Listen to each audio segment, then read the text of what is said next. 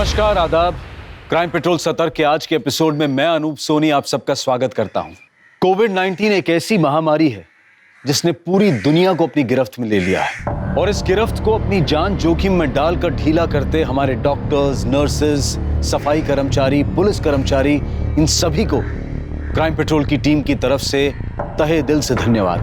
जहां एक तरफ इस महामारी में इंसानियत के नए मकाम देखने को मिले, वहीं जुर्म की नई और भयानक शक्ल भी सामने आई। गुड़िया, गुड़िया, गुड़िया, गुड़िया, गुड़िया, गुड़िया, गुड़िया, गुड़िया, मैं तेरी बहन वैशाली। गुड़िया मुझे देख, शांत सा, आजा, आजा मेरे पास।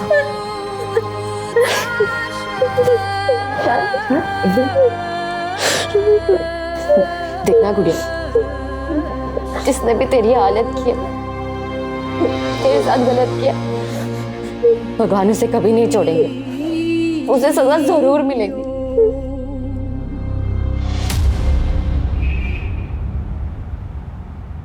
माँ, मैंने कोई गलत काम नहीं किया माँ, सच में माँ, कुछ भी करके ना मुझे बाहर निकाल देना माँ। तू फिक्र मत कर, तेरी माँ जिंदा है ना, हम कुछ ना कुछ करके तुझे छुड़वा ही लेंगे, तू फिक्र मत कर। अरे तू खाली माँ, तू खाली बोलती, बस तू समझ नहीं रही कितनी तकलीफ होती है यहाँ पे।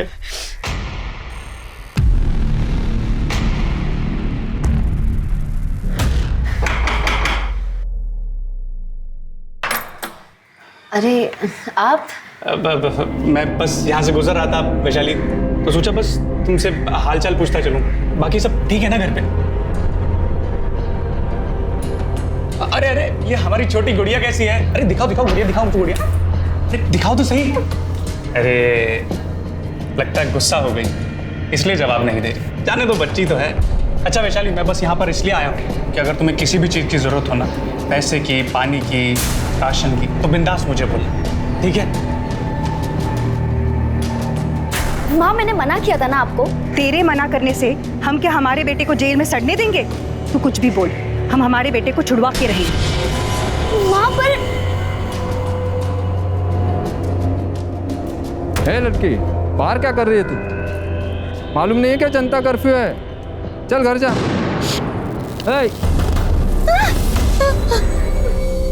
सुनाई नहीं देता? चल घर जा। क्या हुआ? घर कहाँ है? ये क्या कर रहे हैं?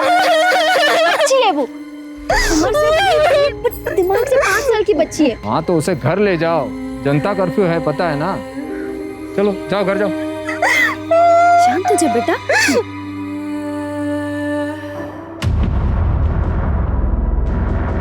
शांत हो जा, दिख गया है वो, दिख गया। शांत हो जा। गुड़िया इधर, इधर क्यों रो रही है तू? अरे ये किसका शकल देख लिया? अभी सारा दिन खराब जाए। सही नाटक है ये फैमिली का। साला भाई जख्म देता रहता है और बहन उस पर मरहम लगाने का नाटक करती रहती है। शर्म आती है मुझे तुझे अपना भाई कहते हुए। या जैसी मासूम लड़की के साथ ऐसा गलत काम करते हुए तुझे शर्म नहीं आई? अरे कुछ नहीं किया है मैंने, कुछ नहीं किया। रेनू, रेनू तुझे ना जो बोलना है तू बोल ले पर बहन मेरा इतना सा काम कर दे, मुझे यहाँ से बाहर निकाल दे, मर जाऊंगा रे मैं सच में। तू मर भी जाएगा ना तो मुझे कोई दुख नहीं होगा। तेरा सगा भाई हूँ। नहीं चाहिए मुझे ऐसा भाई। तू लड़की की इज्जत करना नहीं जानता। सर यहीं पे, इसी के लायक है तू। बहन बंद कर गुड़िया, चल घर चल। रेनू नहीं है वहाँ। इधर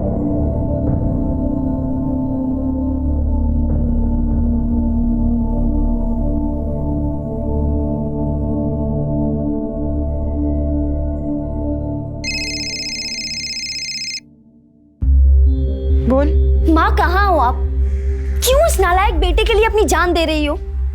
घर वापस आ जाओ। देख, हम कुंदन की बेल करवाए बगैर घर नहीं आएंगे। कुंदन की बेल? माँ, पूरे शहर में लॉकडाउन है, आप फंस जाओगी। हमें हमारी चिंता नहीं है, लेकिन हम कुंदन को बाहर निकाल के रहेंगे। माँ प्लीज आप वापस आ जाओ। आप जानती हो ना ये गांव वाले कैसे हैं, मेरा जीना हराम कर देंगे। ठीक है, तू घबरा मत, हम आ रहे हैं। पर माँ आप आओगे कैसे? लॉकडाउन की वजह से बस ट्रेन सब कुछ बंद है। हम बस अपने गांव से 20 किलोमीटर पर हैं।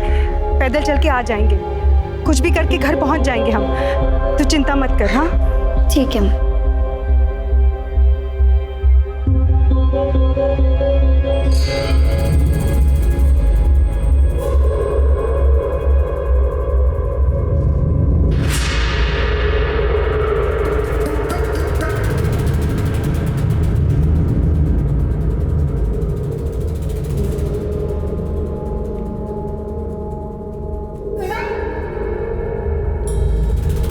क्या किधर?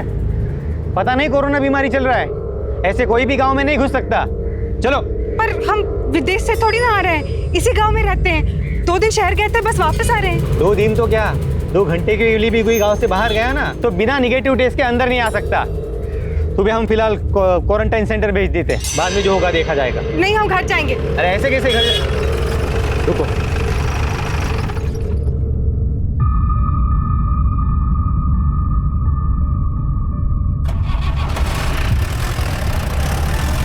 अच्छा सुन, क्वारंटाइन सेंटर नहीं रख सकते, तुझे पंचायत घर में रहना होगा। ये गांव तेरे बाप का नहीं है, हम अपने घर जाएंगे।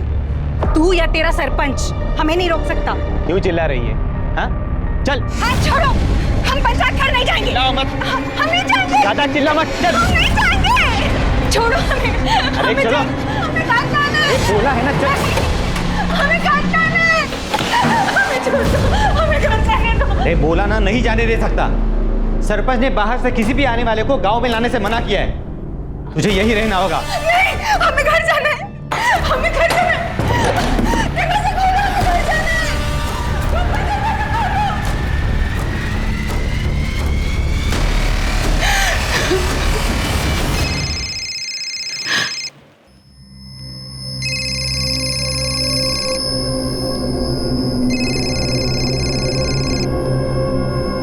हेलो रेनू। हाँ, कहाँ हो आप? हम गांव पहुंच गए हैं, लेकिन ये सरपंच के चमचे गोपाल ने हमें पंचायत घर में बंद करके रखा है। बोलता है बाहर से आने वालों को गांव में मंजूरी नहीं है। लेकिन तू घबरा मत, हम घर आ जाएंगे। तू बस दरवाजा खुला रखना। हाँ, सरपंच और उसका चमचा हमें नहीं रोक सकता। ठीक है।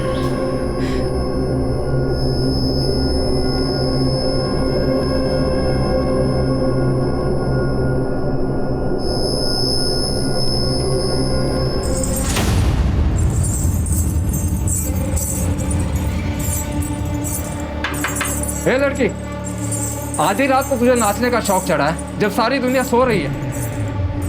हे लड़की, बंद कर ये सब। अरे क्यों दुनिया को परेशान कर रही है? अरे क्या हुआ? गुड़िया, गुड़िया क्या हो गया गुड़िया? रात को नाच गाना शोर मचा के सारी दुनिया की नींद हराम करके रखी है उसने। नहीं नहीं साहब, बच्ची है, मैं इसको समझा दूंगी। गुड़िया रोना मत, गुड़िया उतार, सब मैं उतार लूँ।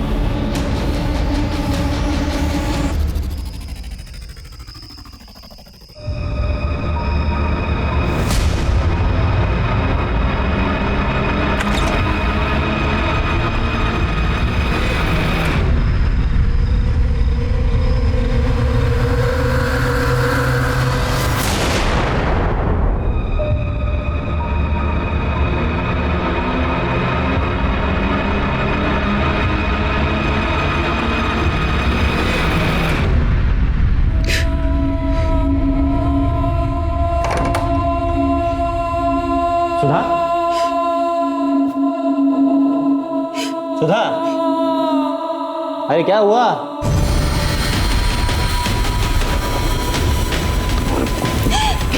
सुधा, सुधा दरवाजा खोलो, दरवाजा खोलो सुधा। अरे बीमारी नई है ना मिश्रा, इसलिए लोगों को समझ नहीं आ रही और इसीलिए इसे गंभीरता से नहीं ले रहे, फिजूल में बाहर घूमने के बहाने ढूंढ रहे। लोगों को समझाना हमारा काम है, जो हम करेंगे। बाकी तुम बस इतना ध्यान रखो कि पुलिस स्टेशन में सब मास्क लगा के रखें, हाथ सैनिटाइज करते रहें, और हाँ, बात करते समय कम से कम 1 मीटर की दूरी बना के रखें। सब वो गोपाल उसने मेरे साथ जबरदस्ती किया साहब। क्या?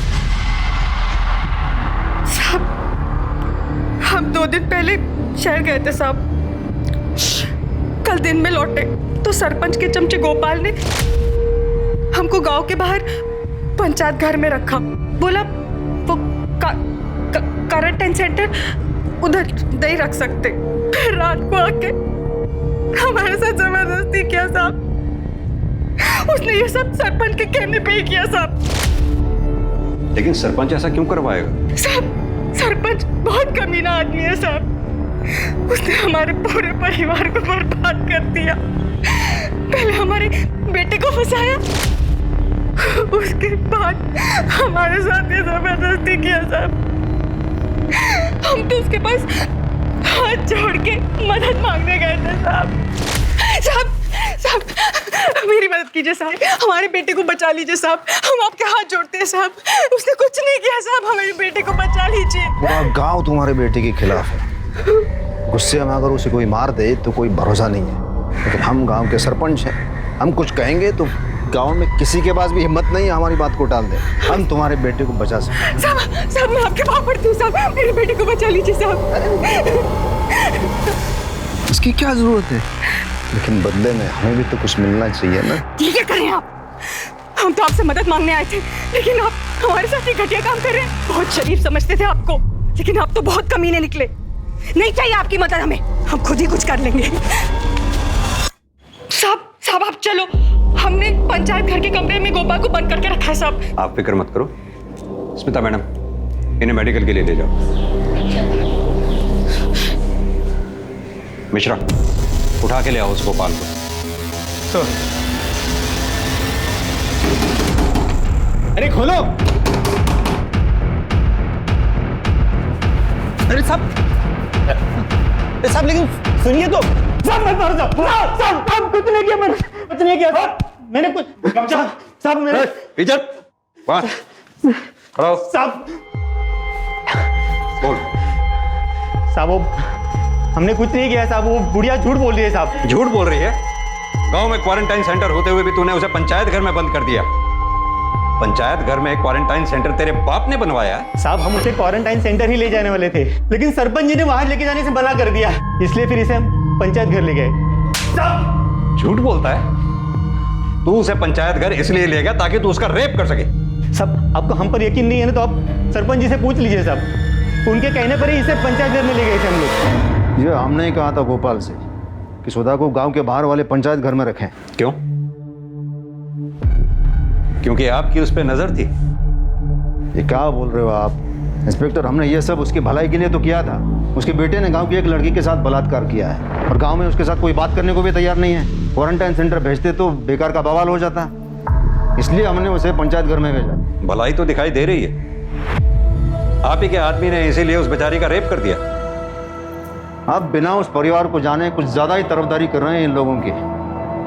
उसके बेटे ने 1 साल पहले गांव की एक लड़की है गुड़िया, उसका बलात्कार किया है, जो मानसिक रूप से कमज़ोर है।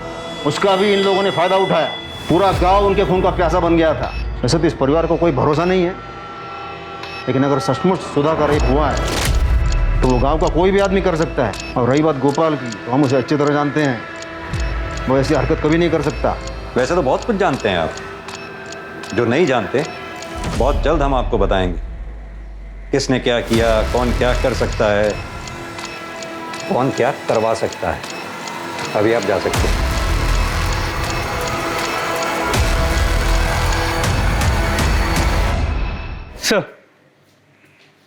सर, सुधा के मेडिकल रिपोर्ट के मुताबिक उसका रेप तो हुआ है, पर बॉडी से कोई डीएनए या सीमेन के ट्रेसेस नहीं मिले। मतलब जिसने भी रेप किया है उसने कॉन्डम का इस्तेमाल किया होगा। सर उसका कोरोना टेस्ट किया है, रिपोर्ट जल्दी आ जाएगी। मिश्रा, सुधा को घर छोड़ दो।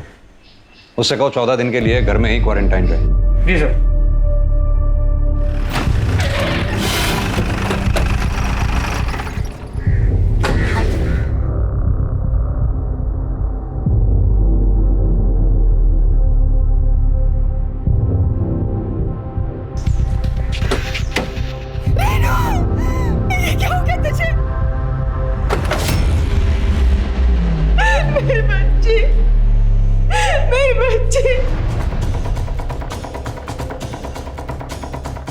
पूछ रहा, इस कटारी से इस पर वार किया गया और किसी तार जैसी चीज से इसका गला दबाया गया। जी सर। तो सुधा ने बताया था कि कल रात 7 और 8 बजे के बीच उसकी रेनू से फ़ोन पे बात हुई थी। हेलो रेनू। माँ कहाँ हो आप? मतलब जो कुछ भी हुआ है उसके बाद लेट नाइट हुआ है। सर सरप्राइजिंग बात यह है कि तब सब कुछ शांत सुनसान होता है, फिर भी किसी ने ना कुछ देखा ना कुछ सुना। लड़की घर पे अकेली थी, जाहिर सी बात है कि कातिल बाहर से ही आया होगा। यहाँ तो लॉकडाउन है, एक कांस्टेबल की ड्यूटी रही होगी बाहर में। जी सर, इनकी। तुम थे यहाँ ड्यूटी पे? जी सर।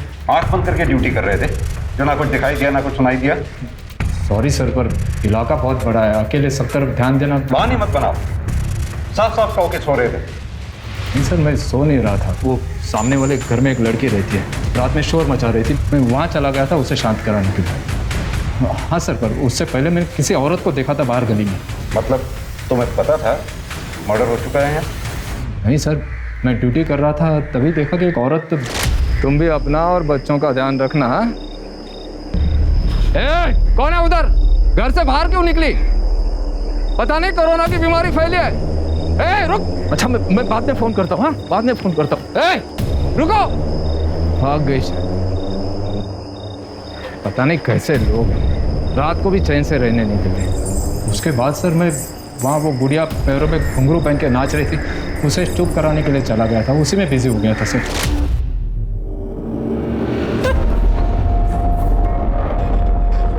सुधा जी, क्या आप किसी ऐसी औरत को जानती हैं जिसकी रेनू से दुश्मनी हो, जो रेनू का कत्ल कर सकती हो? ये सब उस सरपंच ने किया। पहले मेरे बेटे को झूठे बलात्कार के केस में फंसाया उसने, फिर हमारे साथ जबरदस्ती की और फिर हमारी बेटी को मार दिया। ये सब उसी ने किया है। लेकिन सरपंच ऐसा क्यों करेगा? अपने बेटे के लिए। उसका नालायक बेटा हमारे कुंदन से जलता था। जैसा बाप कमीना वैसा बेटा कमीना। सुधा जिसके बेटे कुंदन पर गुड़िया के बलात्कार का केस चल रहा था, वो उसे बचाने के लिए हर मुमकिन कोशिश कर रही थी, पर अफसोस कि वो खुद बलात्कार का शिकार हो गई और उसकी बेटी रेनू की हत्या हो गई। परिवार को सहेज कर रखने की उसकी कोशिश नाकाम ही नहीं हुई, बल्कि उसकी पूरी दुनिया उजड़ गई। पुलिस के सामने एक नहीं 3 केसेस थे, गुड़िया का बलात्कार, सुधा का बलात्कार और अब रेनू की हत्या, और ये तीनों केसेस आपस में जुड़े हुए थे। कांस्टेबल ने रेनू के कत्ल की रात रेनू के घर के बाहर किसी औरत को देखा था। कौन थी वो औरत और क्या उसका इस केस से कोई कनेक्शन था?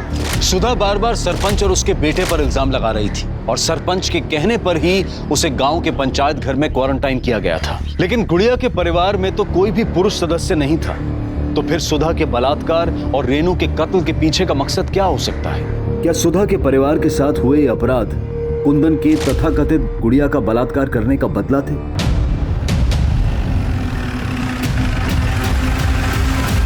दिमाग खराब हो गया उस सुधा का। हमारा और हमारे बेटे का उसका रेप और उसके बेटी के मर्डर के साथ कोई संबंध नहीं है। इंस्पेक्टर, हम गांव के सरपंच हैं, लोग हमारे पास अपनी समस्याएं लेकर आते हैं। तो वैसे ही ये वैशाली हमारे पास आई थी मदद मांगने के लिए कि उसकी बहन गुड़िया का वो सुधा के बेटे कुंदन ने रेप किया है, तो हम उसे न्याय दिलवाएं। तो हम उस वक्त थोड़ा बिजी थे, तो हमने अपने बेटे को भेज दिया कि जाके देख क्या है। तो वो पुलिस के पास गया और उसने उस कमीने को गिरफ्तार करवाया, और बस तभी से उसके साथ कुछ भी होता है तो ये हम पर इल्जाम लगा देती हैं। वैसे आपका बेटा प्रताप है कहाँ? वो तो अपनी नानी के पास गया हुआ है। मेरी पत्नी और वो लॉकडाउन के पहले ही वहाँ गए थे। बेहतर होगा अपने बेटे प्रताप को यहाँ जल्दी बुला लें, उससे कुछ सवाल जवाब करने हैं। ठीक है, बुला लेंगे, उसमें क्या है। वैसे हमारा इस सब के साथ तो कोई लेना देना तो है नहीं। जो भी मामला है सुधा और वैशाली के बीच का है, वो हम पता कर लें। इस केस के साथ किसका लेना देना है, किसका लेना देना नहीं। फिलहाल अभी हम चलते हैं। मिश्रा, आओ। मुझे छोड़ो, मुझे मारना है। गुड़िया बाहर नहीं जा सकती, बाहर लॉकडाउन है। जाते पुलिस अंकल ने कहा। आजा इधर आ। गुड़िया बैठ इधर, बैठ। क्यों शांत हो जा गुड़िया, क्यों बाहर जाना है? बाद में जाएंगे ना। शांत, बाद में अभी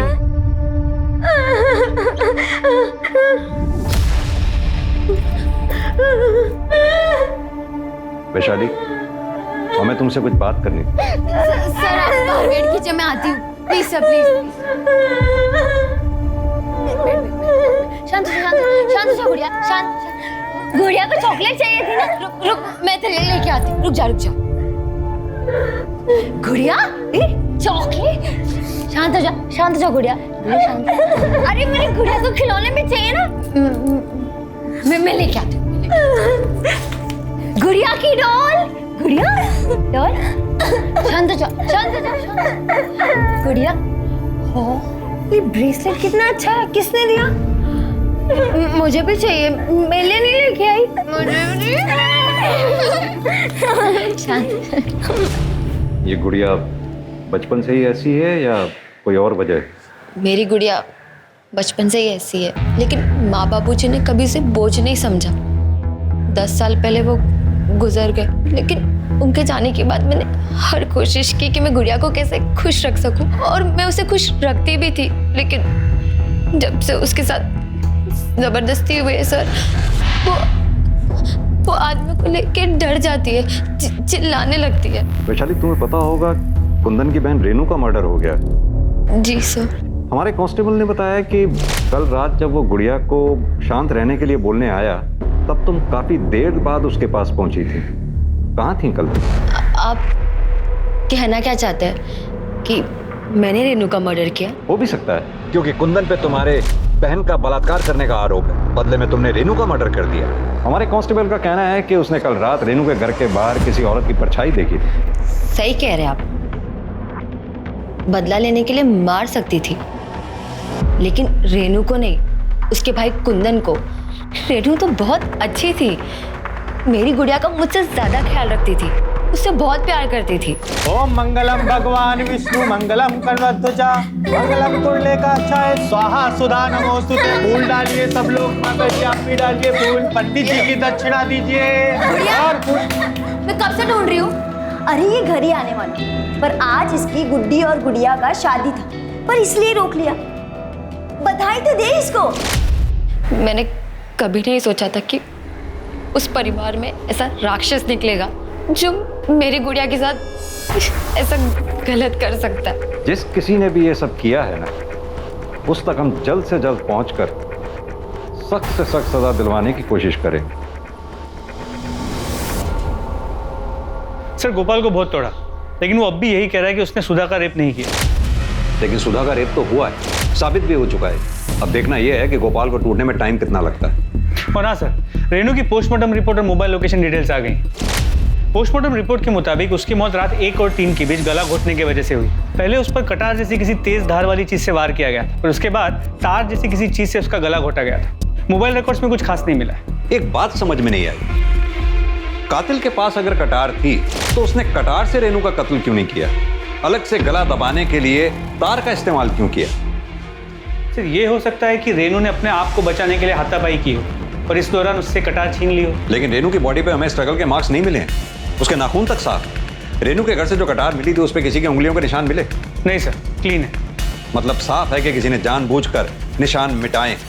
क्या सचमुच सरपंच या उसके बेटे का इस केस में हाथ हो सकता है? या फिर अगर सरपंच की बात माने तो पूरा गांव सुधा के परिवार का दुश्मन था। क्या उनमें से कोई एक गुड़िया को न्याय दिलाने के लिए सुधा के परिवार के साथ ये सब कर सकता है? कांस्टेबल ने कहा था उसने उस रात रेनू के घर के बाहर किसी औरत को देखा था। सर, वो औरत तो कोई भी हो सकती है, जरूरी थोड़ी है कि उसका इस केस के साथ कोई लेना देना हो ना हो। ये सब गुड़िया के रेप केस से जुड़ा हुआ है। कोई तो है जो सुधा के परिवार से बदला लेना चाहता है। ये तुम्हारी टिंग टिंग टिंग टिंग टिंग बाहर तक आ रही है आवाज। सुंदर शांति से पूजा नहीं कर सकती क्या? हम तुमसे बात कर रहे हैं। हेडफोन निकाल। हाँ? माँ बेटे ने जीना हराम करके रखा है। अगर पुलिस को पता चल गया ना कि तुम दोनों यही हो तो पता है क्या होगा? तुमसे बात कर रहे हैं। अरे पता चल गया तो क्या होगा? हाँ, अगर पता चल गया तो क्या होगा? हम किसी से डरते हैं? अरे पापा, आप भूल गए क्या? आप इस गांव के सरपंच हैं, सरपंच। अरे आपको किस बात का डर पापा? अरे डर नहीं रहे, तुम्हें बचाने की कोशिश कर रहे हैं। और जानते हैं पुलिस क्या हाल करेगी तुम्हारा?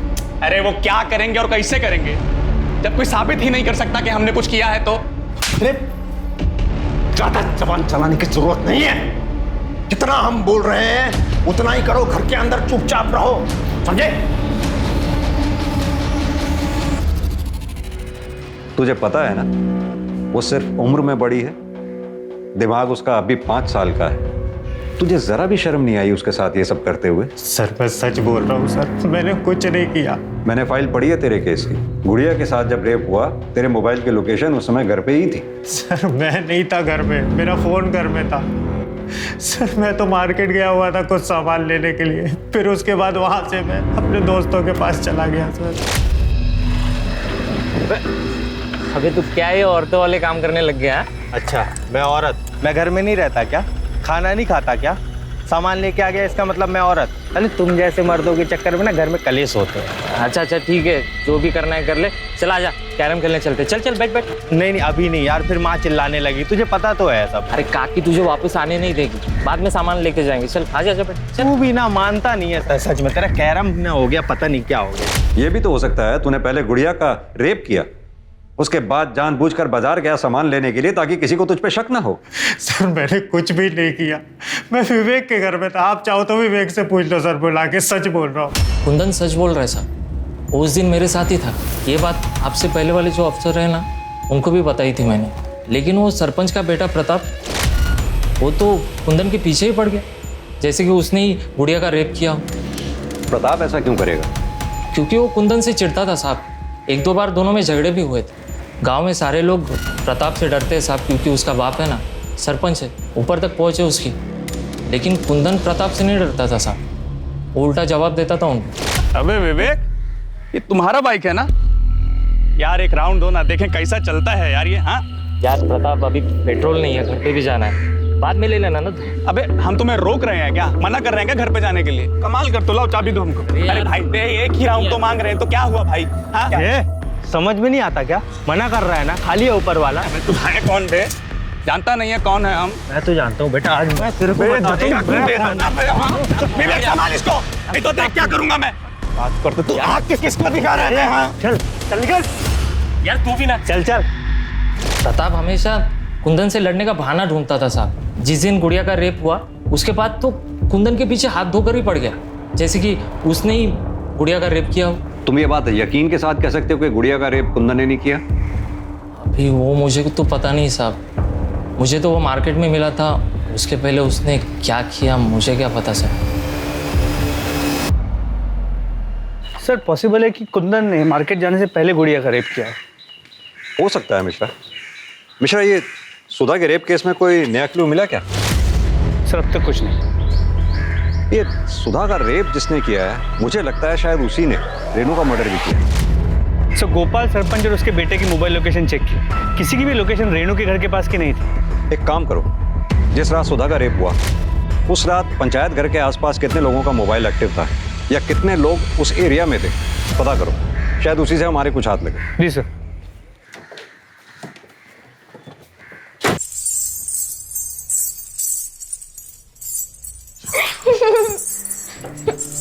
गुड़िया इतना शोर क्यों कर रही है? बंद कर। गुड़िया कितना शोर मचा रही है? उतार इसे उतार, वो बस पुलिस आ जाएगी वरना।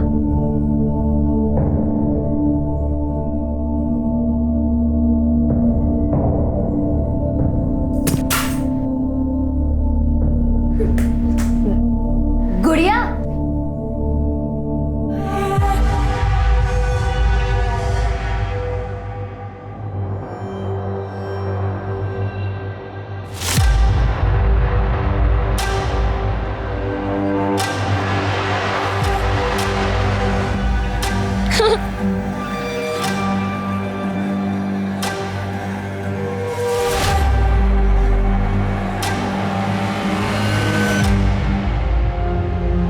गुड़िया, आज तुम्हारा जन्मदिन है ना?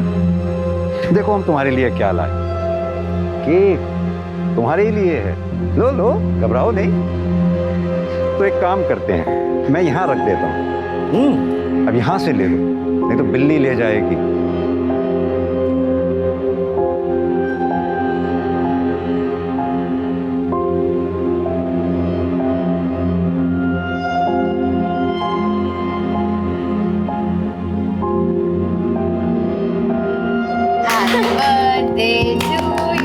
Happy birthday, dear गुड़िया.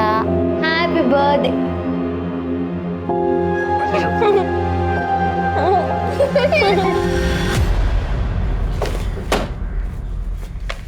सर, खबरी का फोन आया था।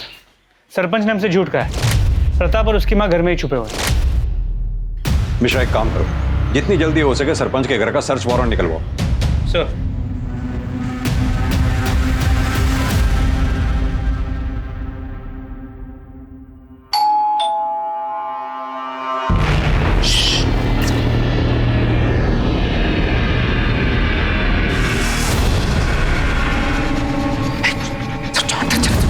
पुलिस आके हाथ लग जाओ। आवाज नहीं चाहिए।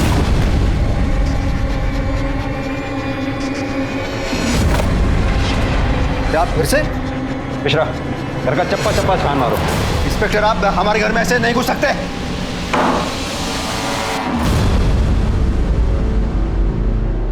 अगर तूने कुछ किया ही नहीं था तो फिर इतने दिन से घर में छुपा क्यों बैठा था? हम डर गए थे सर। सरपंच जी का बेटा होके डर गया था? मैं बताता हूं तू क्यों डर गया था। क्योंकि तूने रेनू का मर्डर और सुधा का रेप किया है। नहीं सर, ना हमने उसका रेप किया और ना ही हमने किसी का मर्डर किया है सर। देखा मिश्रा जी, ये तो फिर डर गया। अच्छा, एक बात बता, गुड़िया के रेप केस में और कुंदन को पकड़वाने में तेरा इतना इंटरेस्ट क्यों था? सरपंच, कुंदन ने मेरी गुड़िया के साथ गलत की, उसका रेप किया। सरपंच, हमें न्याय दिलाइए, उसे सजा दिलवाइए सरपंच। हम देखते हैं उस कमीने कुंदन को। और वैशाली, तुम बैठो यहाँ, बैठो। तुम चिंता मत करो। और देखो, उस कुंदन को ना हम कड़ी से कड़ी सजा दिलवाएंगे। तुम चिंता मत करो, ठीक है? सर, हम वैशाली को बहुत पसंद करते थे और कुंदन से हमारा झगड़ा हो गया था। तो हमने सोचा कि एक बार कुंदन को सजा दिलवा दें तो हमारे दोनों काम हो जाएंगे। हमें वैशाली भी मिल जाएगी और कुंदन की भी अकल ठिकाने आ जाएगी। तब तो ये भी हो सकता है कि वैशाली को पाने के लिए और कुंदन को सबक सिखाने के लिए तूने गुड़िया का रेप किया और कुंदन पर इल्जाम लगा दिए। दरअसल तेरा, वैशाली का और कुंदन का घर आसपास, तो जाहिर सी बात है कि तीनों के मोबाइल की लोकेशन भी सेम होगी। ये बात तुझे पता थी कि हमें लोकेशन ढूंढने में मुश्किल होगी। लेकिन जब तुझे ये पता लगा कि कुंदन बेल पर छूटने वाला है तो तू, जैसे तेरी आदत है डरने की, तू डर गया और डर के मारे तूने रेनू का मर्डर और सुधा का रेप कर दिया। नहीं सर, मैं सच बोल रहा हूँ, मैंने ऐसा कुछ नहीं किया सर। मिश्रा, जरा सरपंच जी के बेटे की अच्छी तरह से खातिरदारी करो। हाँ तो बिंदु जी, आप पुलिस से क्यों छुप रही थी?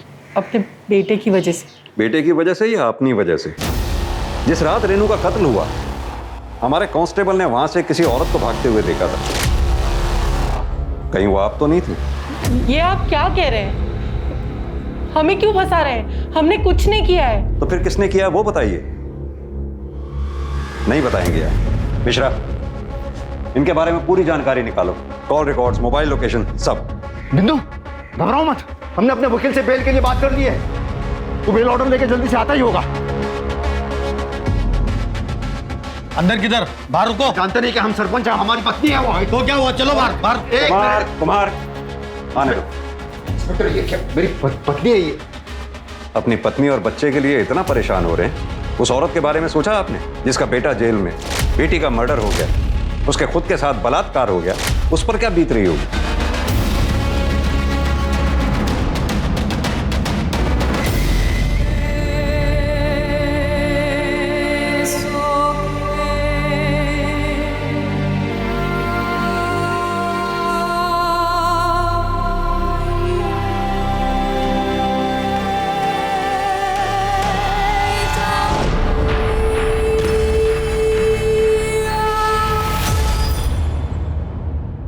सर, पंचायत घर एरिया में उस रात जो नंबर्स एक्टिव थे उनमें से एक नंबर विवेक का है। और कॉल रिकॉर्ड से पता चला है कि सुधा ने उस रात विवेक को फ़ोन किया था और उसके बाद विवेक की मोबाइल की लोकेशन पंचायत घर एरिया की है और उसके बाद सुधा और विवेक दोनों की मोबाइल की लोकेशन सुधा के घर के एरिया की और फिर दोनों की वापस मोबाइल की लोकेशन पंचायत घर एरिया की।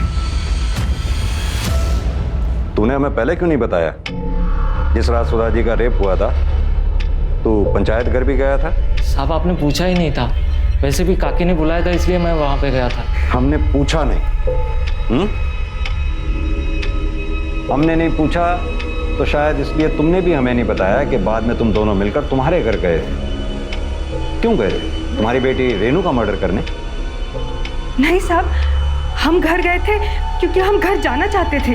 वो तो गोपाल ने जबरदस्ती हमें पंचायत घर में बंद कर रखा था। हमने रेनू को भी कहा था कि दरवाजा खुला रखे, हम रात को आएंगे। हमने पंचायत घर से निकालने के लिए विवेक को भी फोन किया था।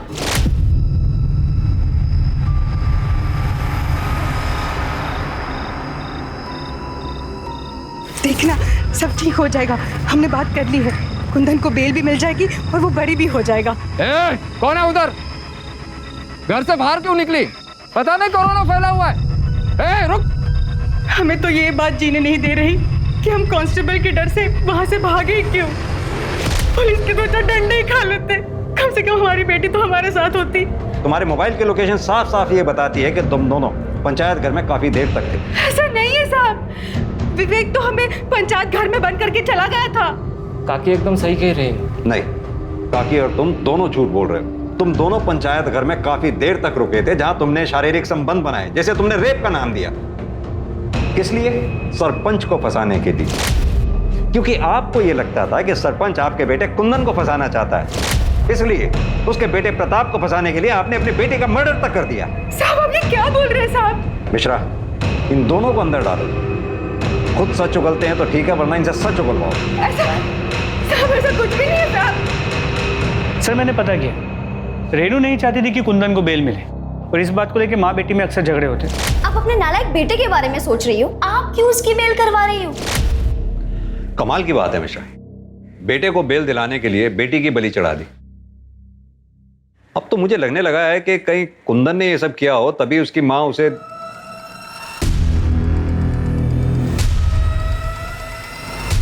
क्या हुआ सर? बेवकूफ बनाता हमें। नहीं सर, मैंने कुछ नहीं किया सर। तूने कुछ नहीं किया तो फिर तेरे हाथ में जो सिपी थी उसका ब्रेसलेट गुड़िया के हाथ में कैसे आया? बताता हूँ सर, बताता हूँ। कुंदन, कुंदन,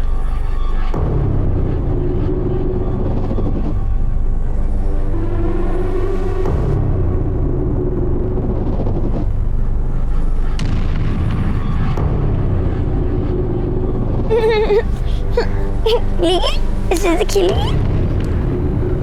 बढ़िया।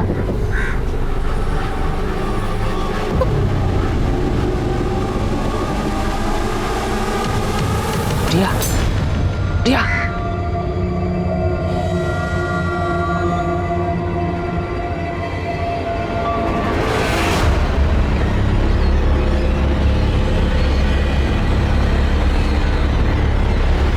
मैं बताता हूं तुझे क्या हो गया था।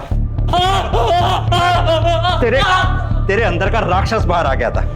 तुझे लगा वो बच्ची किसी को कुछ बता नहीं पाएगी, मौके का फायदा मैं उठा लूं, है ना? एक बात बता, मैंने गुड़िया के केस की फाइल पढ़ी थी। तू अगर कुंदन के घर पे था तो तेरे फोन की मोबाइल लोकेशन कुंदन के घर की क्यों नहीं बता रही थी?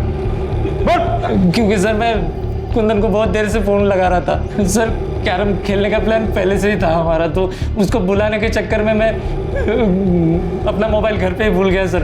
रेनू का खून भी तूने सरपंच और प्रताप को फंसाने के लिए किया था ना? नहीं सर, मैं उसे कैसे मार सकता हूँ? मैं तो काकी के साथ था। सुधा का रेप तूने ही किया ना? क्यों किया? वो क्या है ना सर, मुझे रेड लाइट एरिया जाने की बहुत गंदी आदत है, और लॉकडाउन में सब कुछ बंद था, तो मैं बहुत दिन हो गए थे वहाँ पे गया नहीं था सर। और जब रात को सुधा काकी और मैं अकेले थे तो मैं खुद को रोक नहीं पाया सर। मुझे समझ में नहीं आ रहा था मुझे क्या हो गया, मेरे अंदर का हैवान जाग गया सर। क्या रेनू के कत्ल में वाकई सरपंच और उसके बेटे प्रताप का हाथ था, या फिर कोई चौंकाने वाला खुलासा अभी होना बाकी था? हाँ, ये दूसरे कान पे लगाओ, सुनाई दिया?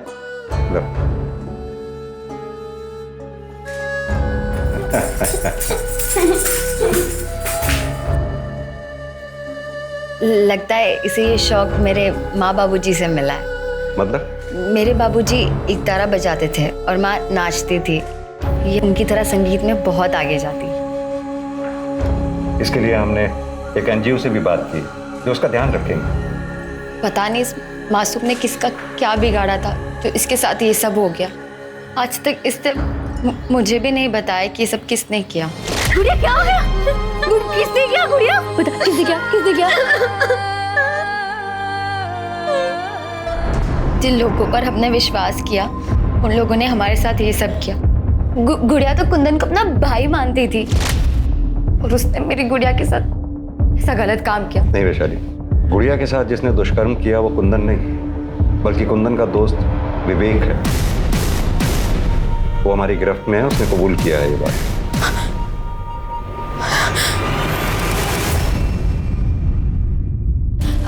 अब तक मैं सुधा काकी और कुंदन को गलत समझ रही थी। फिलहाल हमें तो लगता है कि रेनू का मर्डर भी विवेक ने ही किया। हम जल्दी उसका पता लगा लें।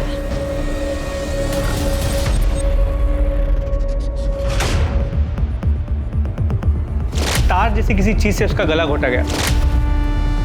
मेरे बाबूजी एक तारा बजाते थे। गुड़िया के साथ जिसने दुष्कर्म किया वो कुंदन नहीं, बल्कि कुंदन का दोस्त विवेक है।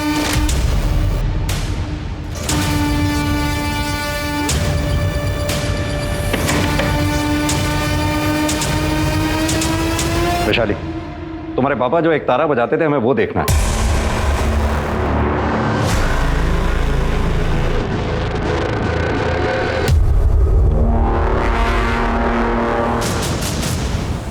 मिश्रा, एक तारा फॉरेंसिक के लिए भिजवाओ।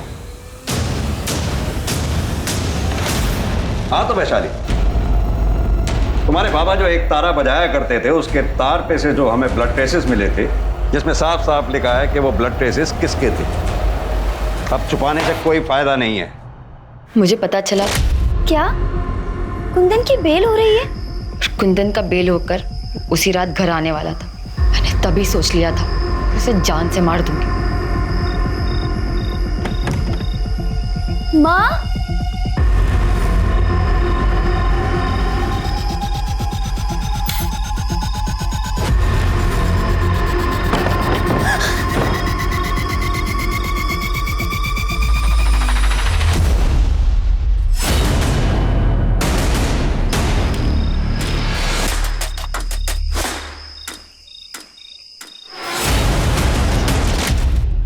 रेनू बहुत अच्छी लड़की थी।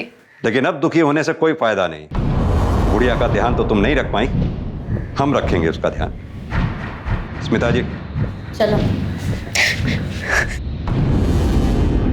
अपराध को अपराध करके न्याय पाने की कोशिश से अपराध कम नहीं होता है, बल्कि और बढ़ता है। देखते हैं हमारे आज के एपिसोड की दूसरी कहानी।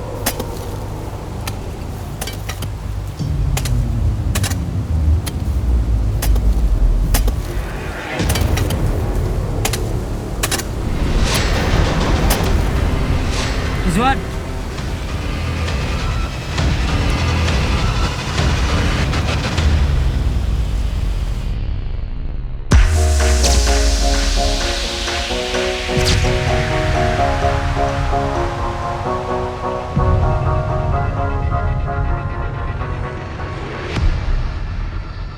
क्या चाहिए?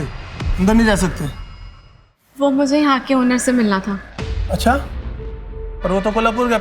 कब आएंगे वापस? पता नहीं।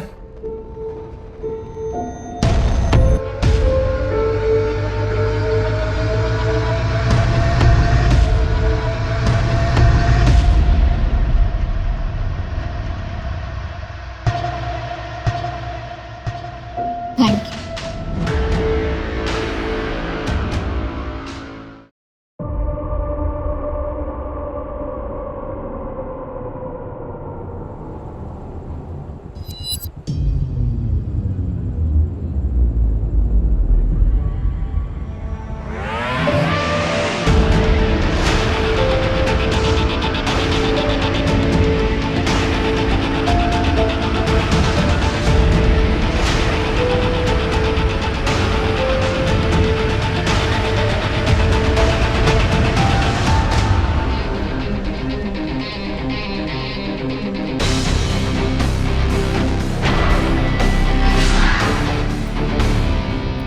गोपालना को बोलो कि दीपिका आई है। जी मैं।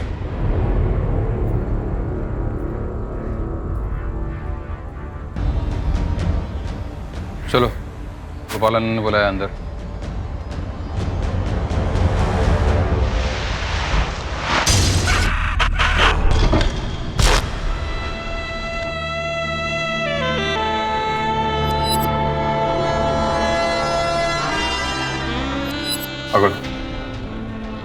क्या दादा, आज छुट्टी के दिन कोई भी कस्टमर नहीं?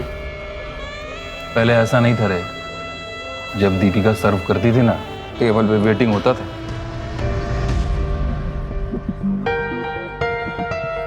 हाँ जी, हाँ जी। बड़े दिन बाद आए हैं। वैसे तो हम आपसे बहुत नाराज। क्यों? प्यार से मांगे। अरे दीपिका, अरे शर्मा जी, ये कौन है? अपने दोस्त को भी लाए हैं। तुम्हारे लिए तो आता हूँ यहाँ पे। और ये क्या? आपका ग्लास तो खाली है। तो फिर भर दो। तो आपको पीना ही पड़ेगा। ये लीजिए।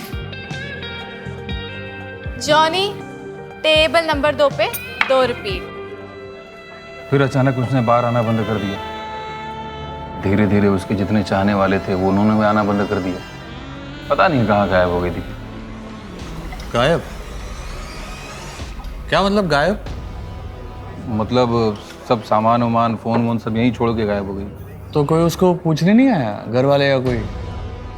कोई नहीं है। फोटो है उसकी? होगा, लेकिन आप इतने सवाल क्यों कर रहे हो? अरे फोटो देना। फोटो तो मेरे पुराने फ़ोन में था। पुराना फ़ोन मेरा ख़राब हो गया, तो अभी तो नहीं है। बनाना ये टेबल पे।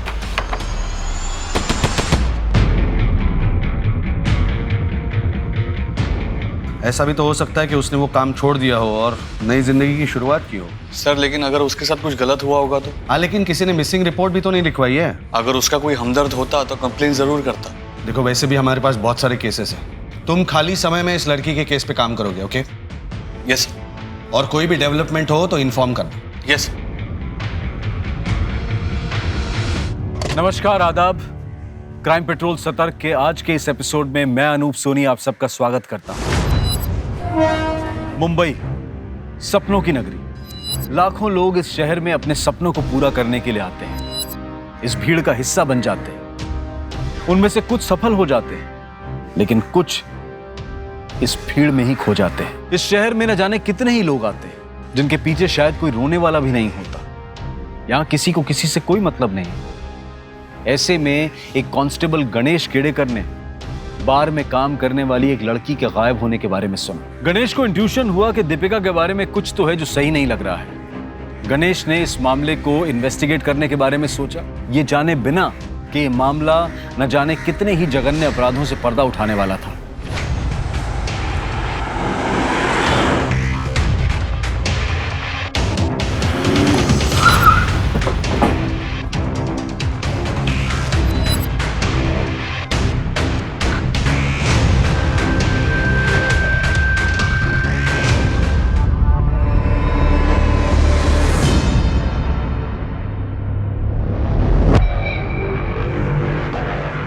सर, ये स्विमिंग पूल की खुदाई के लिए वर्कर्स आए थे।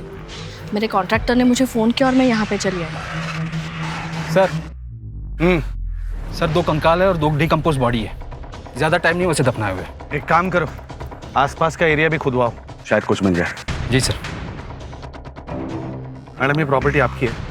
जी सर, 6 साल पहले कमलकांत, किशोर और मैं, हम तीनों ने मिलकर ये प्रॉपर्टी खरीदी थी। मैडम, आपको हमारे साथ चलना पड़ेगा। सर लेकिन मैंने तो कुछ भी नहीं किया है, उल्टा मैंने ही अपने कॉन्ट्रैक्टर को कह के आपको यहाँ पे बुलवाया है। देखिए मैडम, आपके प्रॉपर्टी पे लाश मिली है। हाँ, चलिए हमारे साथ। सर सर सर मेरी बात सुनिए। देखिए, इसमें मेरा कोई हाथ नहीं है। आप एक काम कीजिए, आप मेरे पार्टनर्स को फ़ोन कीजिए, वो यहाँ पे अक्सर आते हैं। सर, ये बार का ओनर गोपाल, उसको बुलाओ।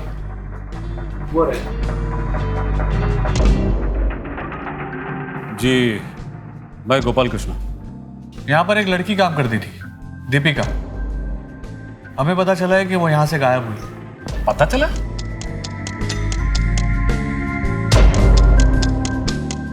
किसने बताया? हाँ, किसने भेजा तुमको? जी, किसी ने नहीं। पहले किधर काम किया? जी नहीं। तुमको मालूम इधर क्या काम करना? जी। ठीक है, कल से तुम आओ, लेकिन तुम्हारा ये हुलिया चेंज करना होगा। बाकी अगर तुमको रहने को जगह चाहिए तो 3000 पर मंथ। ठीक है। उसने यहाँ हर चीज के लिए हाँ कर दिया था। मैंने सुना है कि वो यहाँ पर जब काम करती थी तो काम अच्छा चलता था। लड़की नहीं थी लेकिन बहुत जल्दी उसने अपना काम सीख लिया था। तो जब वो गायब हुई तो उसके बारे में मिसिंग कंप्लेंट क्यों नहीं करवाई? कंप्लेंट? मेरा काम नहीं है कंप्लेंट करना।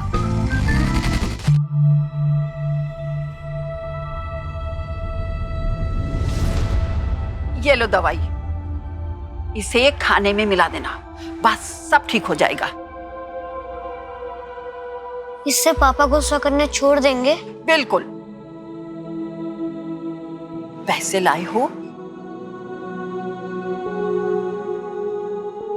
लाओ लाओ पैसे।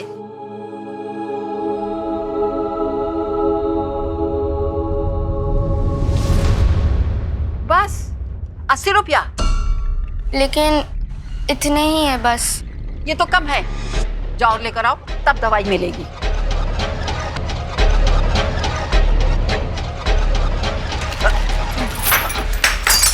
बदमाश कहीं के, अभी बताती हूँ, मेरा समय खराब कर दिया। उसका दिमाग ना कहीं और ही था। मेरे को बाकी काम करने वाला लड़कियों ने बताया कि वो किसी को ढूंढ रही थी। किसी सुमन।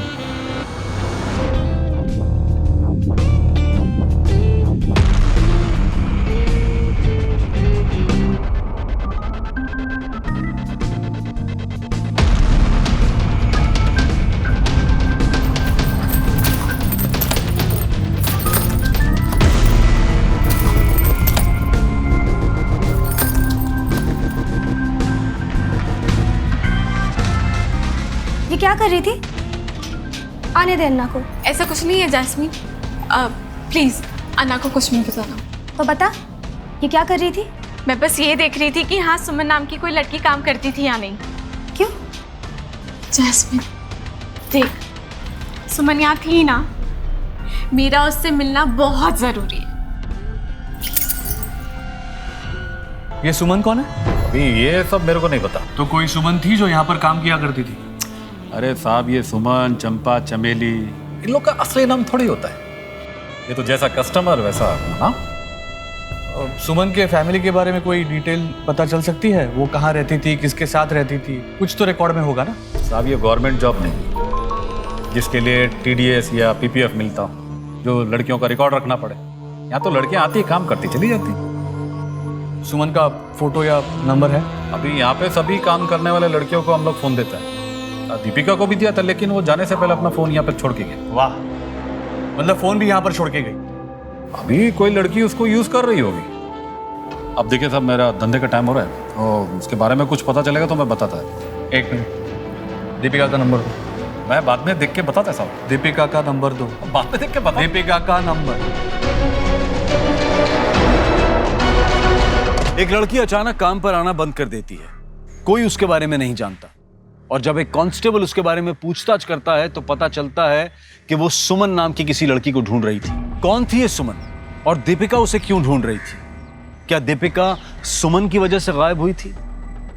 इस केस में न जाने अभी कितनी परतें खुलनी बाकी थी। सर, आपने खामखा मुझे यहाँ पे रखा है। अगर उन लोगों के मौत के पीछे मेरा हाथ होता तो मैं वो खुदाई क्यों करवाती? और सर, मुझे तो पता भी नहीं था वहाँ स्विमिंग पूल के लिए खुदाई हो रही है। मुझे लगता है किसी ने जानबूझकर वो सामान वहाँ प्लांट किया था ताकि इल्जाम मुझ पर और किशोर पर आए। ये ऐसा क्यों करेंगे? क्योंकि वो कुछ दिन पहले। यार, अभी यहाँ पे ना बस एक स्विमिंग पूल और अस्तबल की कमी है। मेंटेनेंस का खर्चा बढ़ जाएगा। वैसे भी मैं आप लोगों को कहने वाला था, मैं सोच रहा हूँ ये फार्म हाउस बेच देना चाहिए। अरे यार, ये फार्म हाउस हमने अपने लिए बनवाया है और तुम उसे बेचने की बात कर रहे हो। देखो, इसे मेंटेन करने में काफी दिक्कत आ रही है। तुम्हें अगर प्रॉब्लम है तो तुम्हारा पैसा मैं दे दूंगी, तुम बस अपना शेयर मुझे दे देना। एक मिनट भाई, तुम दोनों का पैसा मैं दे देता हूँ, ये फार्म हाउस मेरे नाम पे कर दो। देखिए, ये फार्म हाउस का आइडिया मेरा था। आज की तारीख में इसे मार्केट में बेचेंगे ना तो 3 गुना ज्यादा पैसे मिलेंगे। सर, मुझे लगता है ये सब किशोर ने किया है, इसीलिए तो किसी भी हालत में उसे ये फार्म हाउस बेचना था। किशोर कहाँ है अभी? सर, वो तो मुझे नहीं पता, कई दिनों से बात नहीं हो पाई है। शायद शहर के बाहर गया होगा सर। मुझे किशोर के सारे डिटेल्स चाहिए। फोन नंबर, एड्रेस, सब कुछ। और एक बात, पिछले 6 सालों में आप तीनों में से कौन कौन कब कब फार्म हाउस गया, इस सब के डिटेल्स चाहिए मुझे। हाँ, याद करो। सर लेकिन ये कैसे पॉसिबल है? सर इतना कैसे याद रह सकता है सर? अरे बहुत टाइम है आपके पास, लॉकअप में है ना, याद कर लो। और हाँ, खुद के बारे में नहीं, एक दूसरे के विजिट्स के बारे में बताना है। हाँ, याद करो, याद करो। अब ये मैं कैसे बता सकती हूँ? जो कुछ भी हुआ उससे सब साफ ही है ना। किससे बात कर रही हो? इसमें मैं क्या कर सकती हूँ भाई साहब? माँ मैं जा रहा हूँ, कॉलेज के लिए लेट हो रहा है। अच्छे से एग्जाम देना। हाँ ठीक। आप समझते क्यों नहीं है भाई साहब? सर, प्रीलिमिनरी रिपोर्ट के मुताबिक जिस फार्म हाउस से हमें बॉडीज मिली थी उसमें एक औरत और बच्चे का कंकाल था और 2 डेड बॉडीज थी डिकम्पोज्ड, एक लड़की और आदमी की। और कोई डिटेल? सर डिकम्पोजिशन से तो ऐसा ही लगता है कि उन्हें लगभग 11-12 महीने पहले मारा गया था। सर बॉडी पर से ज्वेलरी मिली है।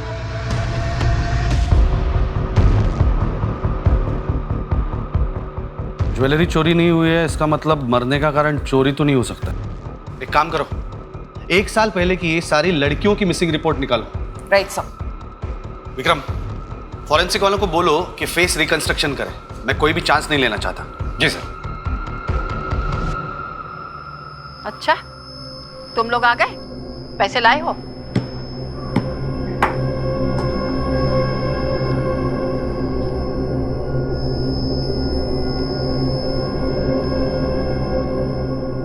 ₹500? लेकिन आपने तो 500 रुपए ही कहा था। पिछली बार तुम लोग आए थे ना, मेरा ग्लास तोड़ा था। जाओ 50 रुपए और लेके आओ, तब में दे देंगे। नहीं, तब तक के लिए मैं इसे जमा कर लेती हूँ। 50 रुपए लाओगे तब दवा मिलेगी। जाओ जाओ लेकर आओ।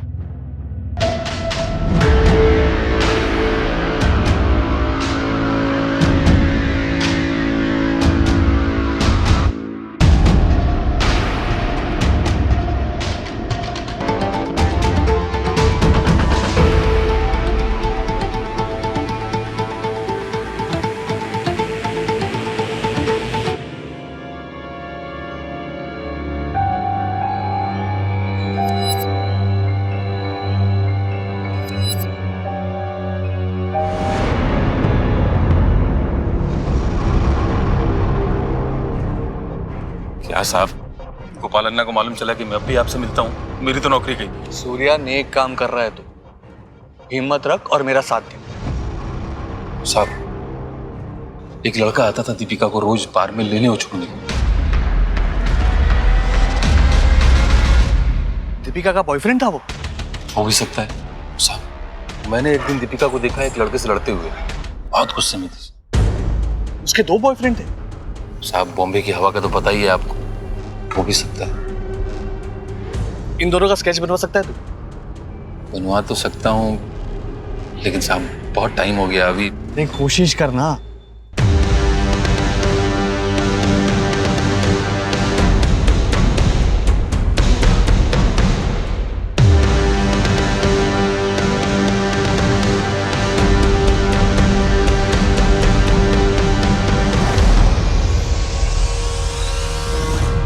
रेगुलर कस्टमर होता तो मैं बता सकता था, बाकी हाँ, इसको मैं देखा है कभी यहाँ पे, लेकिन पक्का नहीं बोल सकता। दीपिका सुमन को ढूंढ रही थी। मुझे इस बार में काम करने वाले सभी सुमन के डिटेल्स चाहिए। अभी ये सभी सुमन का डिटेल कैसे? मुश्किल है, प्रॉब्लम है। हाँ, एक बात बताना भूल गया था, एक सुमन थी जिसने मुझे फोन किया था। अन्ना, कौन है ये लड़की? कब से मेरे पीछे पड़ी हुई है, 2 बार तो घर तक आ गई है। अब आप ही बताओ कि मैं क्या करूं? ठीक है, देखता मैं। कौन है ये सुमन और दीपिका उससे क्या चाहते थे? अभी ये मैं कैसे बता सकता है? सुमन का एड्रेस दो। एड्रेस तो नहीं है सर। Phone number? नंबर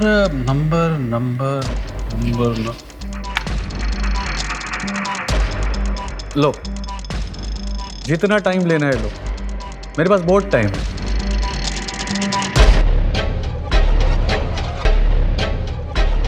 ये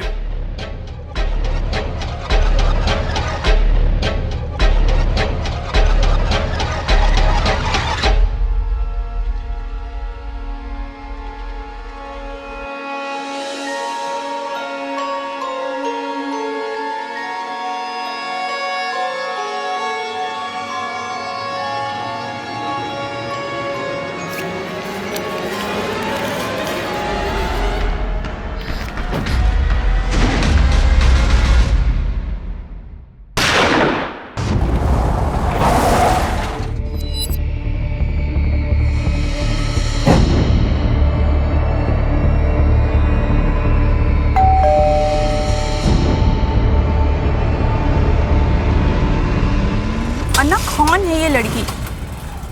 कब से मेरे पीछे पड़ी हुई है? सर, दीपिका आई थी एक बार मेरे घर। सुमन दीदी, मैं दीपिका, स्टार बार है ना, वहां से आपका पता चला। यहाँ कोई सुमन नहीं रहती। नाक में दम कर दिया था उसने। पीछा कर रही थी मेरा।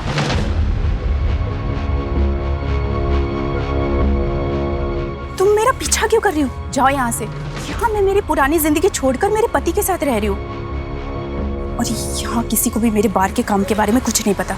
जाओ यहाँ से। सुनो ना प्लीज प्लीज, मैं आपसे कब से मिलना चाहती थी। सुनो, मैं आपकी बहन हूँ। सरफरी लड़की थी वो। कितनी बार मैंने उसको समझाया कि सुमन नाम मैंने बार के लिए रखा था, पता नहीं उसकी समझ में क्यों नहीं आ रहा था। तो दीपिका आपकी बहन नहीं है? नहीं सर, मेरा आगे पीछे कोई नहीं है। दीपिका 1 साल से गायब है। क्या? कहीं तुम्हारा भांडा फूट ना जाए, इसके लिए तुमने उसके साथ कुछ कर तो नहीं दिया ना? नहीं सर, मैंने कुछ नहीं किया है। मैंने तो सिर्फ गोपाल अन्ना को फोन करके बोला था कि वो उसको समझा दे, बस। इन दोनों को पहचानती हो? नहीं, मैं नहीं जानती। बोल। उस नंबर के डिटेल से पता चला है, जब ये फोन दीपिका के पास था वो एक नंबर पर कॉल लगाती थी, लेकिन अब ये नंबर बंद आ रहा है। किसी अभिषेक के नाम पर रजिस्टर्ड है। फोन कंपनी से एड्रेस ले लिया है। एड्रेस भेज। अब आपसे क्या छुपाऊं सर, मैं यहाँ पे अपना बिजनेस वाइंड अप करके यूएसए में सेटल होने जा रहा हूँ। बहुत जल्दी इंडिया छोड़ने वाला हूँ, जिसके लिए मुझे फंड्स की ज़रूरत है, और इसीलिए ये फार्म हाउस बेचने के बारे में सोच रहा था। फार्म हाउस बेचना चाहते हैं या फिर आपके फार्म हाउस पे बॉडीज मिली है इसलिए उससे छुटकारा पाना चाहते हैं? नहीं सर, ये बॉडीज के बारे में मुझे कुछ पता नहीं था। सर, हमारा एक केयरटेकर है गुड्डू, जब से उसने काम छोड़ा है तभी से मैं वो प्रॉपर्टी बेचने के बारे में सोच रहा था। गुड्डू की जगह पे कोई दूसरा नया भरोसे वाला आदमी मिलना बहुत मुश्किल हो रहा था। ये गुड्डू आपका केयरटेकर काम छोड़ के कब गया? 1 साल से। अचानक से उसका नंबर बंद आने लगा।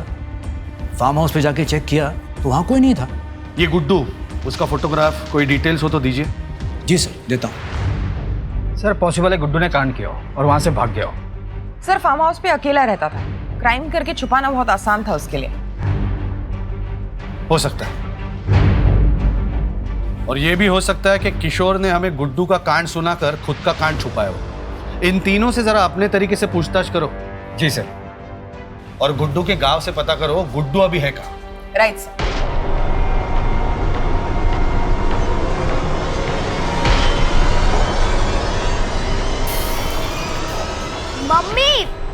मम्मी बदबू आ रही है, खाना जल रहा है।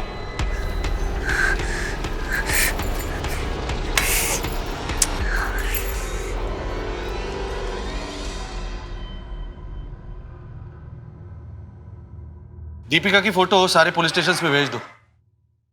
सर, बात अब सिर्फ दीपिका की नहीं है। मतलब? दीपिका किसी सुमन को ढूंढ रही थी। हो सकता है कि ये ह्यूमन ट्रैफिकिंग का एक बड़ा रैकेट हो। क्या इन्फॉर्मेशन हाथ लगी है बताओ। सर, ये 2 लोग हैं जिन्हें दीपिका के साथ देखा गया था। ये अभिषेक है और ये उदय। एक नंबर भी मिला है, वो अभिषेक का है, जिसके साथ दीपिका काफी बातें किया करती थी। बुला लो इसको थाने। Yes sir. कांस्टेबल गणेश का एक शक कि दीपिका का गायब होना किसी बड़े क्राइम की तरफ इशारा कर रहा है, और फिर यह पता चलना कि दीपिका सुमन नाम की किसी लड़की को ढूंढ रही थी। क्या कुछ ऐसा हुआ था जिससे एक नहीं बल्कि कई और लड़कियों के साथ कोई अनहोनी हुई थी? दीपिका की जिंदगी में जाने के बाद पुलिस के सामने कई नए राज खुलने लगे।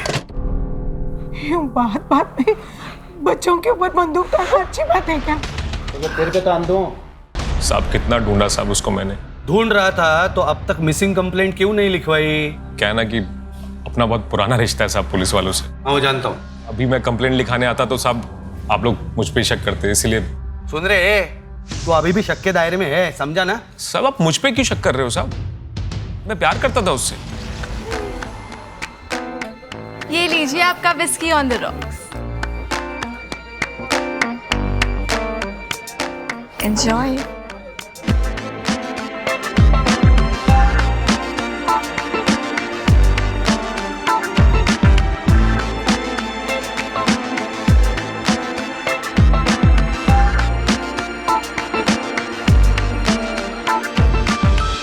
कुछ अलग बात थी साहब उस लड़की में। फिर मैंने उसे 1-2 बार लिफ्ट भी दी साहब।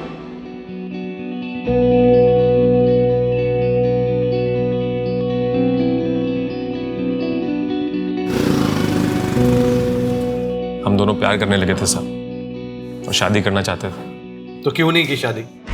क्योंकि साहब उसके दिमाग में हमेशा पैसा भरा रहता था साहब। तो ये सब छोड़ के मेरे साथ शादी क्यों नहीं कर लेती?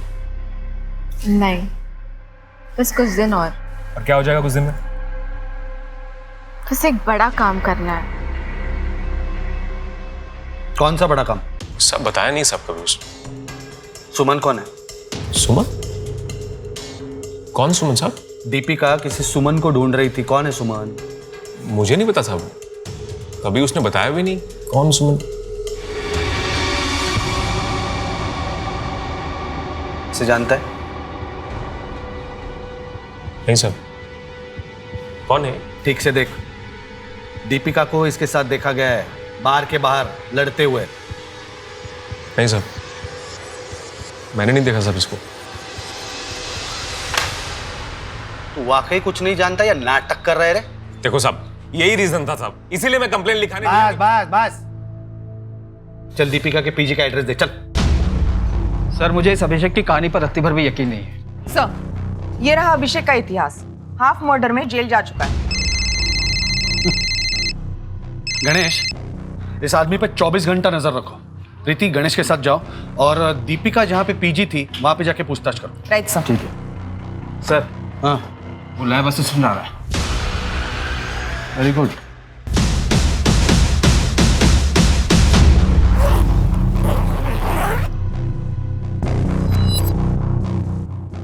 मैंने ही सारा सामान इसमें पैक कर दिया। सोचा जब सामान वापस लेने आएंगे तो अपना रेंट ले लूंगी, लेकिन ना वो खुद आई ना उसका बॉयफ्रेंड। इसे देखा है कभी? या नहीं।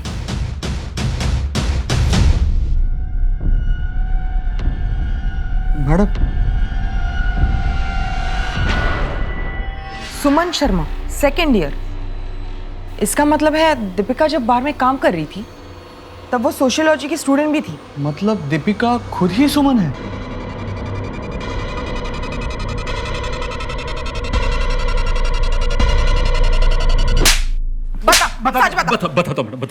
बताता हूँ। वो सुमन ही दीपिका है। मैं इन लड़कियों में से किसी का इंटरव्यू ले सकती हूँ? क्यों? For my assignment. नाम क्या तुम्हारा? जी सुमन। सुमन। किसने भेजा तुमको? किसी ने नहीं भेजा, कॉलेज का असाइनमेंट था। अगर किसी का इंटरव्यू मिल जाता तो ठीक है, पूछो जो कुछ भी पूछना, मेरे को पूछो।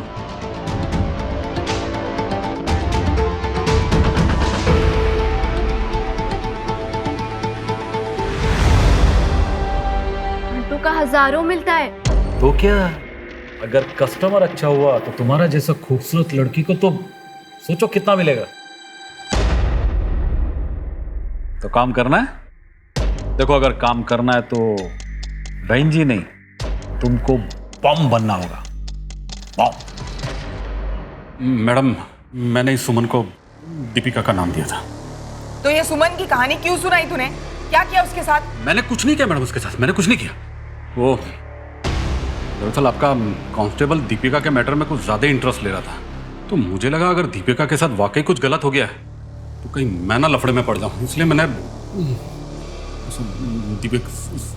और तूने इसका साथ दिया क्यों? नहीं मैडम नहीं, मैं तो मैं तो बड़ी मुश्किल से बाहर के काम से निकली थी और मेरे पति को भी इस काम के बारे में कुछ नहीं पता था। गोपाल अन्ना ने कॉल करके बताया कि उसने मेरा नंबर गणेश को दिया है और अगर मैंने पुलिस को ऐसा नहीं बोला तो ये मेरे पति को सब कुछ बता देगा। मैं तो दीपिका को जानती तक नहीं हूँ, यहाँ तक कि मैं उससे कभी मिली तक भी नहीं हूँ। सच सच बता, दीपिका का है? सच सच बता रहा हूँ मैडम, मैं दीपिका के बारे में कुछ नहीं जानता। सर ये रहा वो फेस, ये आदमी कुछ ऐसे दिखता है, पर सर ये 100% एक्यूरेट नहीं है। हमने फेशियल स्ट्रक्चर से इसका नियरेस्ट पॉसिबल फेस रिकंस्ट्रक्ट किया है।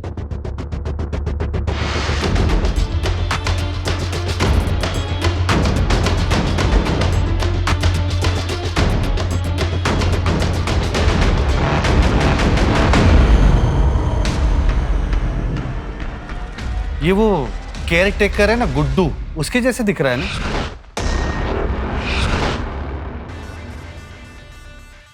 जी सर, लग तो वैसा ही रहा है। कहीं ऐसा तो नहीं कि जिसे हम कातिल समझ रहे हैं उसका खुद का कत्ल हो गया हो। और वो दूसरी बॉडी, उसका चेहरा कैसा दिखता होगा? हाँ सर, यस सर।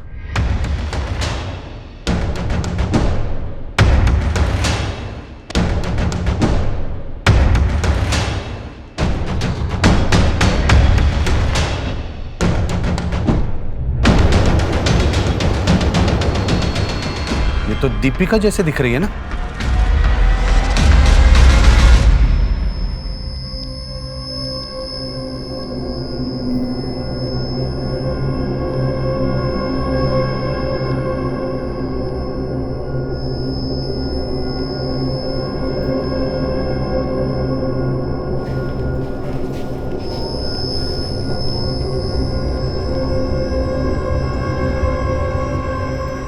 मम्मी, पापा बुला रहे हैं।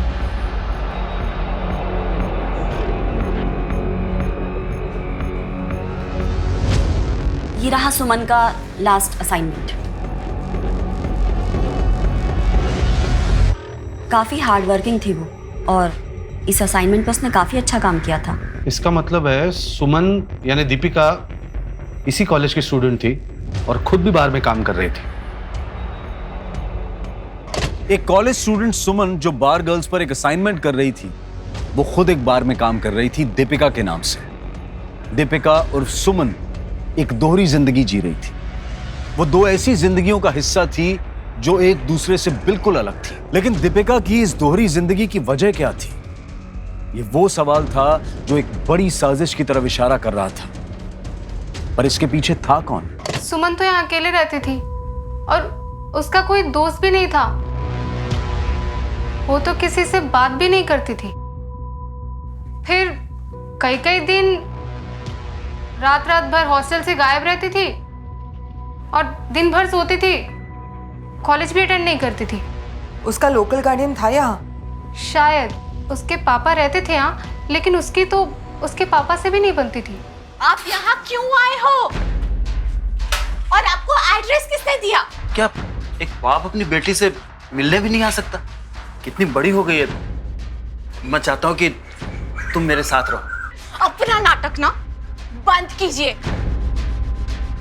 मुझे आपके साथ कोई रिश्ता नहीं रखना और आज के बाद अपनी शक्ल दोबारा मत दिखाइएगा, समझे? वार्डन को पता चल गया था कि वो झूठ बोलकर रात रात भर हॉस्टल से गायब रहती है, इसलिए उसको हॉस्टल से भी निकाल दिया गया और फिर कुछ टाइम बाद उसने कॉलेज आना भी बंद कर दिया।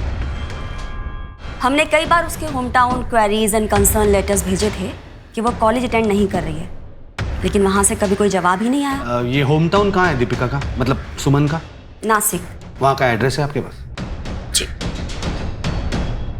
हम लोग दीपिका के नासिक वाले एड्रेस पे जा रहे हैं। तुम एक काम करो, दीपिका के पिता राकेश से मिलो जल्दी।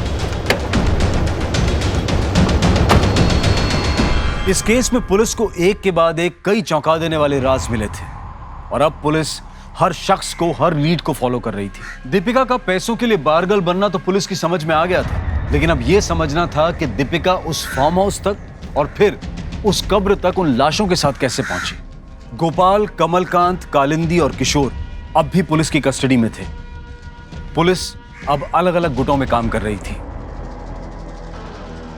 जी मेरे जेठ की बेटी थी सुमन। राकेश भाई साहब को बात बात में बहुत गुस्सा आता था। मेरे पीठ पीछे चोरी करोगे? बच्चे तक परेशान थे उनके गुस्से से।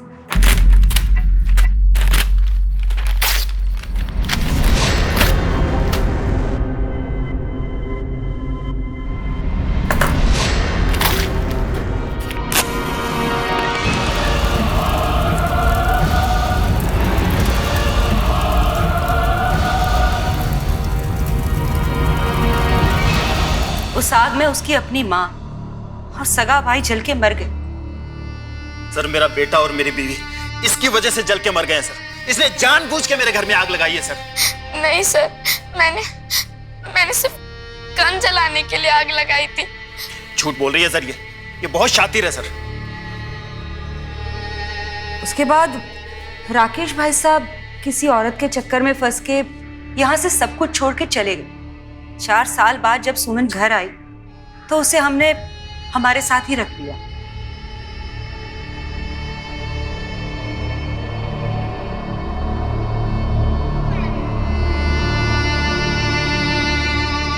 लेकिन राकेश तो सुमन से मिलने हॉस्टल गया था ना। सुमन के मुंबई जाने के बाद ही तो हमें पता चला कि राकेश भाई साहब भी मुंबई में ही रहते हैं। इतने सालों तो कोई खोज खबर नहीं ली उन्होंने अपनी बेटी की। मैंने उसे अपनी बेटी की तरह पाला है। अगर उसे अपनी बेटी की तरह समझती थी आप, तो कॉलेज से जो चिट्ठी आई उसका रिप्लाई नहीं दिया आपने। जी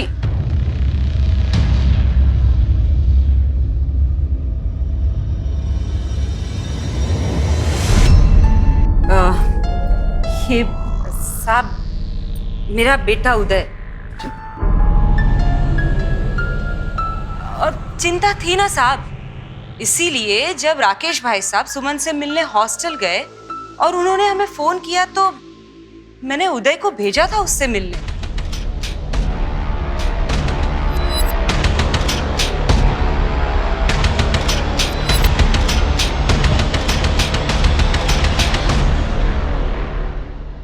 मर गई? कैसे? दीपिका गायब होने से कुछ दिन पहले तो दीपिका से मिलने उसके कॉलेज गया था। मैडम क्या एक बाप अपनी बेटी से मिलने भी नहीं जा सकता है? मैं चाहता था कि वो मेरे साथ रहे, एक परिवार की तरह। बस तेरे खुद के रहने का तो ठिकाना है नहीं, कहाँ रखता उसे? अब उसकी बारी थी मुझे रखने की, मुझे संभालने की, मेरा सहारा बनने की। और उसने सहारा देने से मना कर दिया तो तूने उसे मार दिया। वो मेरी बेटी थी मैडम, आज नहीं तो कल वो मेरे पास आ ही जाती, फिर भला मैं उसे क्यों मारूंगा आप बताइए। जी मैंने सुमन को बहुत समझाया कि राकेश अंकल से सुलह कर ले, लेकिन वो नहीं मानी। उसके रंग रूप बदल गए थे। मुझे कुछ गड़बड़ लगी, इसीलिए मैंने उसका पीछा किया।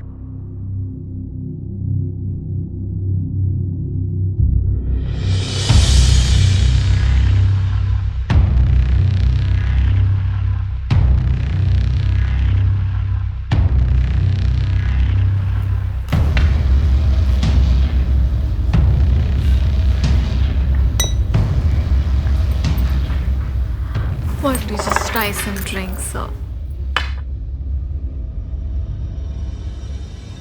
जब उसने अपना रास्ता तय कर ही लिया था तो मैं कॉलेज वालों को क्या लिखती।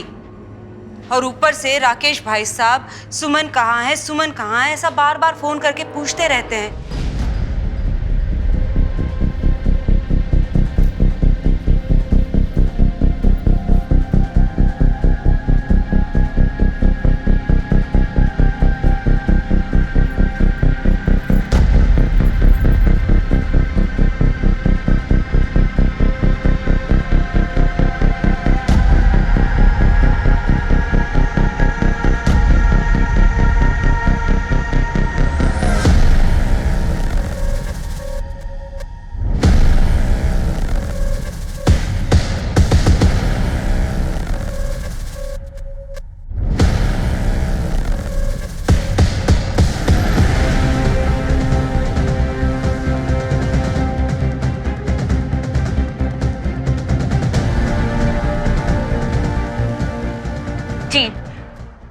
जी हाँ, मैंने अपने पति के फोन में देखा है। आप प्लीज जल्दी आ जाइए, प्लीज।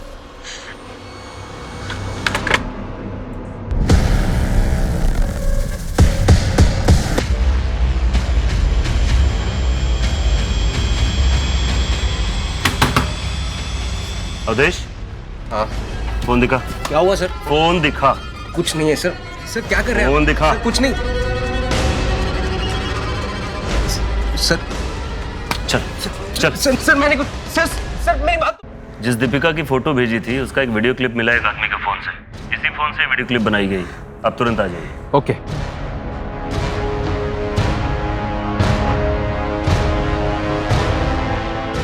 सर ये इसका फोन है और ये रहा वीडियो।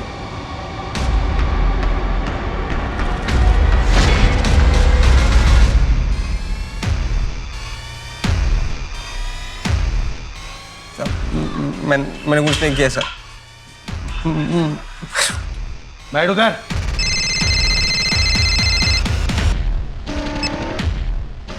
हाँ गणेश बोलो। सर अभिषेक लोगों को लड़कियां सप्लाई करने का काम किया करता है। मैंने डिटेल्स चेक की और उसका नाम है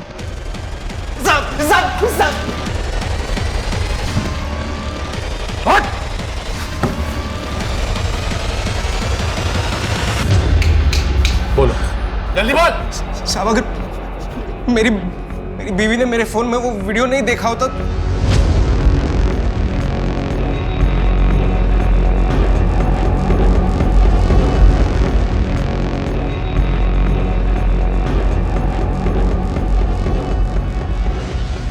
हाँ आइए आइए, आप ही का इंतजार हो रहा है।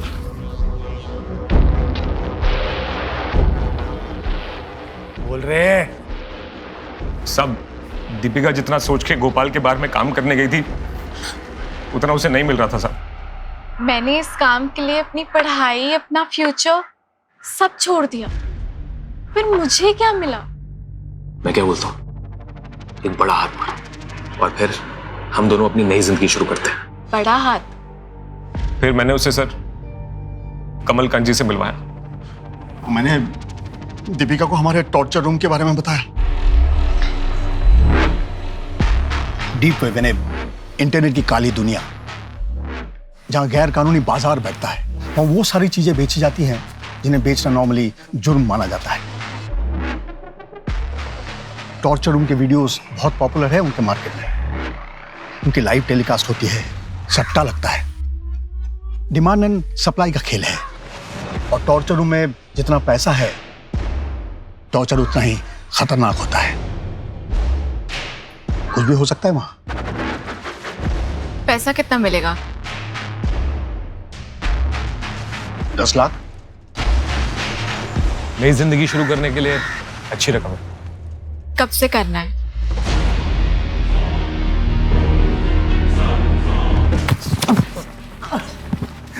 और गुड्डू, वो लड़की, बच्चा, क्या हुआ? सर वो वीडियो बनाते वक्त वो लड़की अपने बेटे को साथ ले आई थी सर। क्या किया बच्चे के साथ? हाँ? क्या किया बच्चे के साथ? मारना पड़ा था सर उसे। दीपिका की मौत के बाद गुड्डू हमें ब्लैकमेल कर रहा था, इसे उसे भी हटाना पड़ा सर।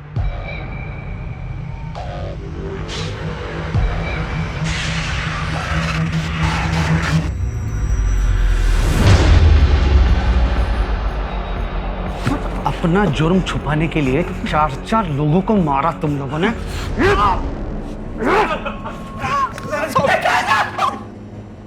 घिन आती है तुम जैसे लोगों से जो औरत को टॉर्चर या फिर मजे मारने का सामान समझते हैं। अब जेल में तैयारी करो टॉर्चर की।